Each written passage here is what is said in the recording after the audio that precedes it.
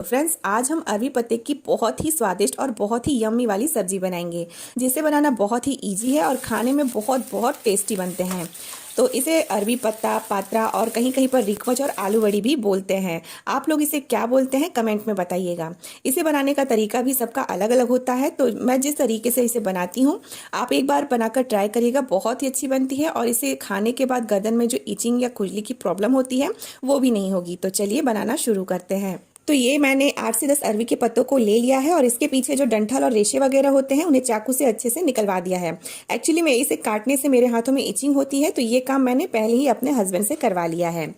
और साइज़ में ये काफ़ी छोटे छोटे पत्ते हैं, तो बहुत ही सॉफ्ट हैं, ज़्यादा रेशे नहीं है इसमें। तो मैंने इसे अच्छे से धो लिया है और एक छन्नी में रख दिया है ताकि एक्सेस पानी निकल जाए। अब एक मिक्सर जार में 10 से 15 लहसुन की कलियां, 2 इंच अदरक का टुकड़ा, 5 से 6 हरी मिर्च ले लें।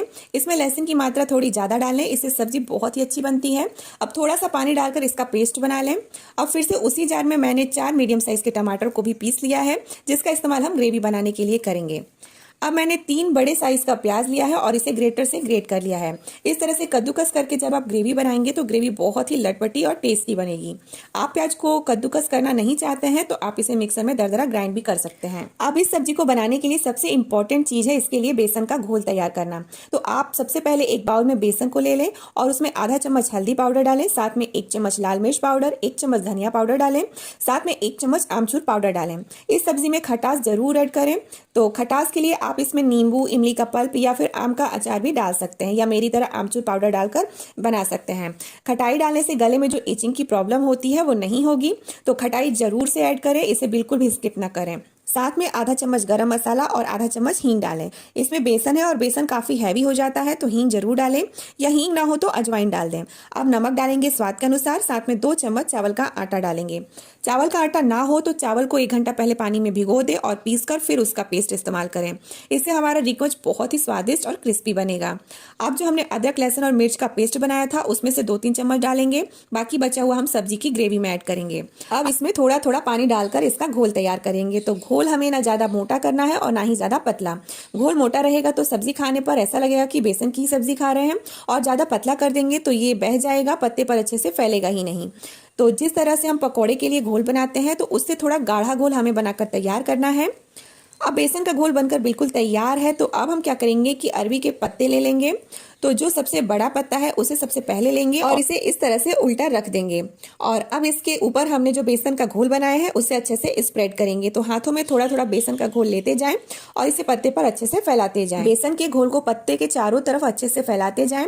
जब आप एक पत्ते पर पूरी तरह से अच्छे से बेसन को फैला लें तो दूसरा पत्ता लें और सेम उसी प्रोसेस से इसके ऊपर भी बेसन फैलाते जाएं। तो चारों तरफ एक एक पत्ते को रखते जाएं और उस पर अच्छे से बेसन को लगाते जाएं।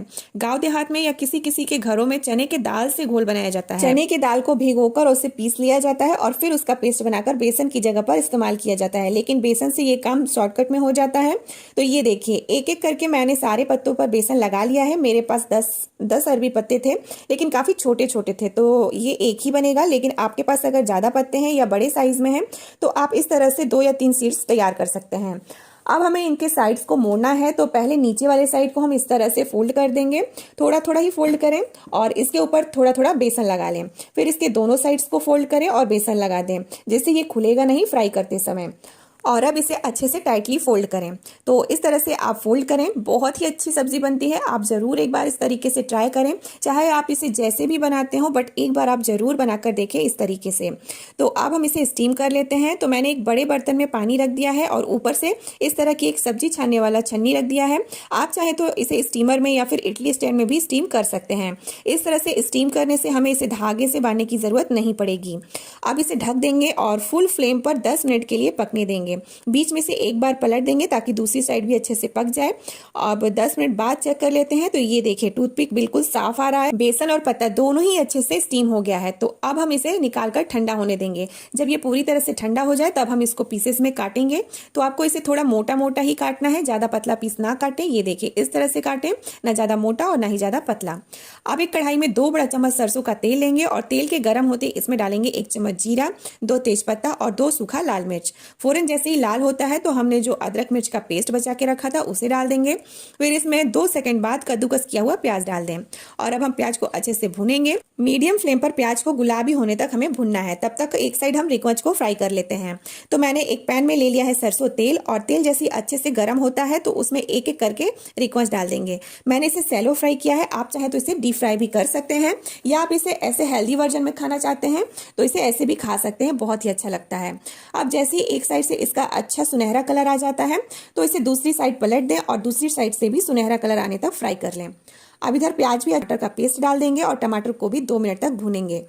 2 मिनट तक टमाटर को भुनने के बाद जब इसका कच्चापन खत्म हो जाए तब हम इसमें कुछ मसाले ऐड करेंगे। तो आधा चम्मच हल्दी पाउडर, आधा चम्मच काश्मीरी लाल मिर्च का पाउडर, 1 चम्मच धनिया पाउडर, 1 चम्मच सब्जी मसाला और नमक टेस्ट के अकॉर्डिंग डालेंगे और फिर से मसालों को भूनेंगे। तो इस सब्जी से मतलब अरवी से गले में बहुत ही ईचिंग और खुजली होती है, तो उसके लिए मैंने यहाँ पर ग्रेवी में 4 टमाटर का इस्तेमाल किया है। अगर आप टमाटर नहीं डालना चाहते हैं तो आप मसालों के साथ इमली पल्प या फिर आमचूर पाउडर भी डाल सकते हैं।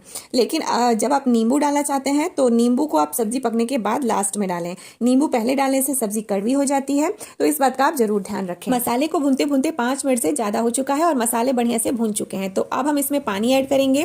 तो आपको सब्जी में जितनी ग्रेवी रखनी है उससे थोड़ा ज़्यादा ही पानी डालें, क्योंकि जब हम अरवी के पकौड़ों को ग्रेवी में डालेंगे ना तो ये पानी सोख लेती हैं। पानी डालने के बाद अब हमें इसमें एक उबाल लगा लेना है। तो अब हम इसे ढक देंगे और ढककर 2 मिनट उबलने देंगे।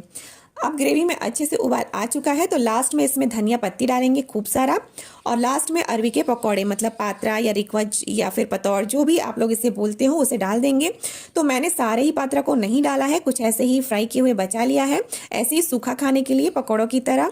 तो अब हमें इसे ज़्यादा देर तक नहीं पकाना है और ना ही इसे ज़्यादा चलाना है, बस इसे ग्रेवी में डालें और 10 सेकेंड बाद गैस बंद कर दें। ज़्यादा पकाने से या इसे ज़्यादा चलाने से ये टूटने लगती है। तो अब लीजिए बनकर तैयार है बहुत ही टेस्टी चटपटा तीखा मज़ेदार अरवी पत्ता की सब्जी। तो आप इसे गर्मा गर्म ही सर्व करें, रोटी के साथ, राइस के साथ या फिर पूरी पराठा के साथ, सभी के साथ ये खाने में बहुत ही अच्छी लगती है। मैंने इसे बहुत ही बढ़िया तरीके से बनाया है जिससे गले में बिल्कुल भी इचिंग नहीं होगी और खाने में भी बहुत ही टेस्टी भी बनी थी। तो आप भी एक बार इस तरीके से इसे ज़रूर बनाइएगा। मुझे पता है कि इसे अधिकतर लोग अपने इस तरीके से बनाकर देखिएगा, आपको बहुत पसंद आएगी ये सब्जी। आज की ये वीडियो आपको कैसी लगी? वीडियो में आपको कुछ भी अच्छा लगा हो तो कमेंट में बताइएगा। ज़्यादा से ज़्यादा वीडियो को शेयर करिएगा और वीडियो को लाइक, चैनल को सब्सक्राइब ज़रूर कर दीजिएगा। फिर मिलेंगे और भी नई नई और मज़ेदार रेसिपीज़ के साथ। तब तक के लिए बाय बाय, टेक केयर।